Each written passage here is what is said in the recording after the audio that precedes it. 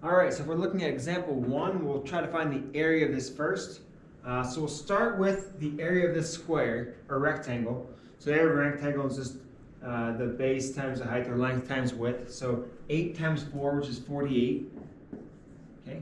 And next, we're going to try to figure out what the area of this semicircle up here is. Okay, so we know the area of a circle is going to equal pi r squared.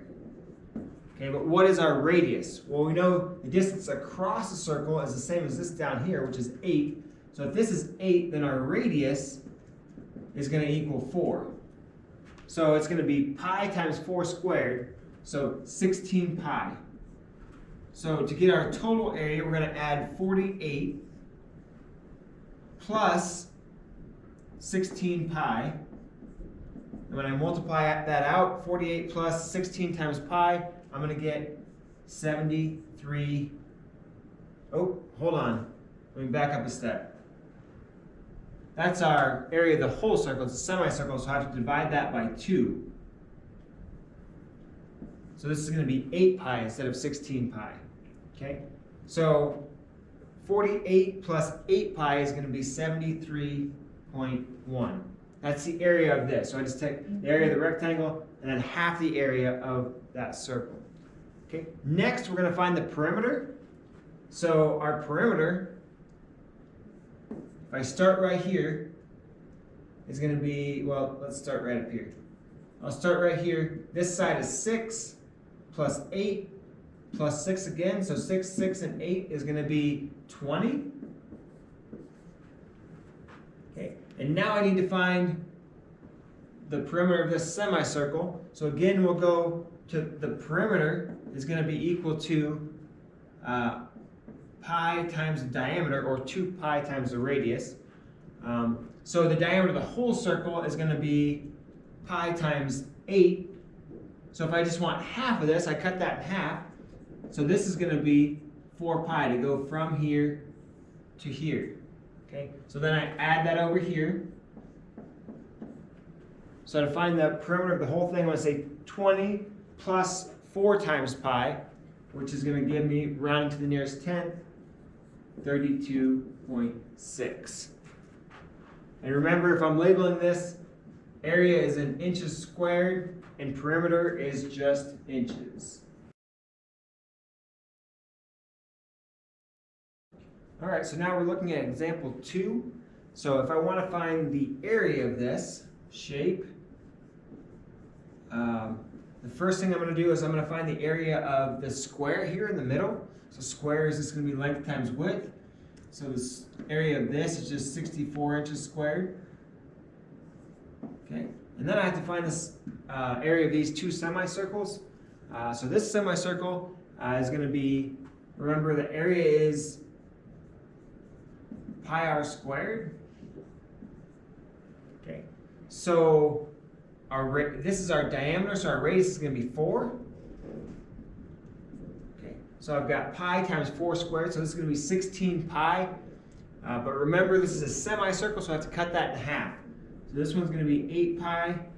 Okay, and I do the same thing over here. It's the same semicircle. So I could have just said if I have 2 semicircles, that's 1 circle, and I could have just done the original equation. So this is going to be plus 16 pi. Okay, and so when I add that together, 64 plus 16 pi, if I round pi and round my answer to the nearest tenth, I'm going to get 114.3 inches squared. Area is always squared units. Next, if I want to find the perimeter, so the perimeter is going to be my distance all the way around this heart-shaped here. So if I start right here, since this is a square, this side and this side are going to be the same, so I'm going to go 8 from here to here, 8 more from here to here, so that's going to be 16.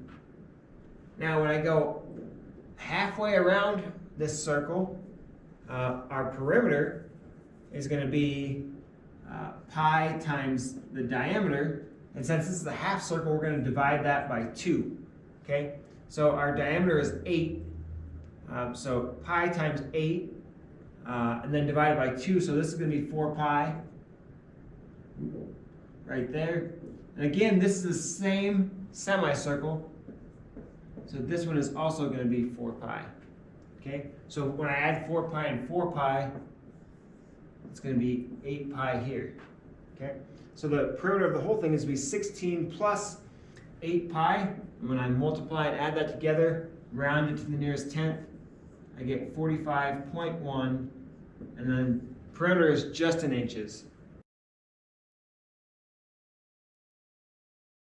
All right, so if we look at example 3, if a wheel on a bike spins around 5 times, write an equation for the distance the bike will go if the wheel has a radius of r feet. So what we're looking at here is we want to know the circumference of the wheel, because as the wheel goes around 1 time, that circumference is going to be how far the bike's going to travel.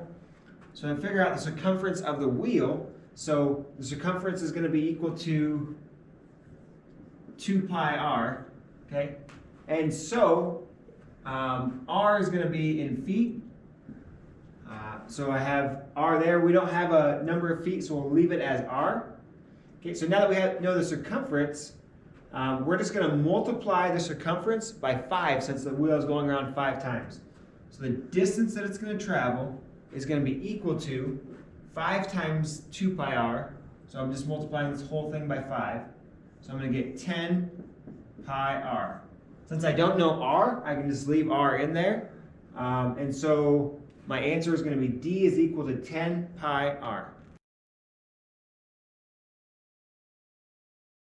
So now we're looking at example 4. If a runner runs 4 laps on a circular track with a diameter of 100 yards, how many yards will the runner run? Round to the nearest tenth.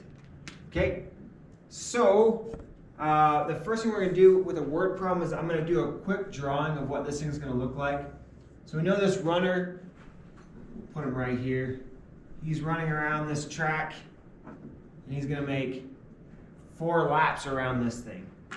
So I want to know the circumference of this first. So the circumference of this track is going to give the distance when the runner makes 1 lap.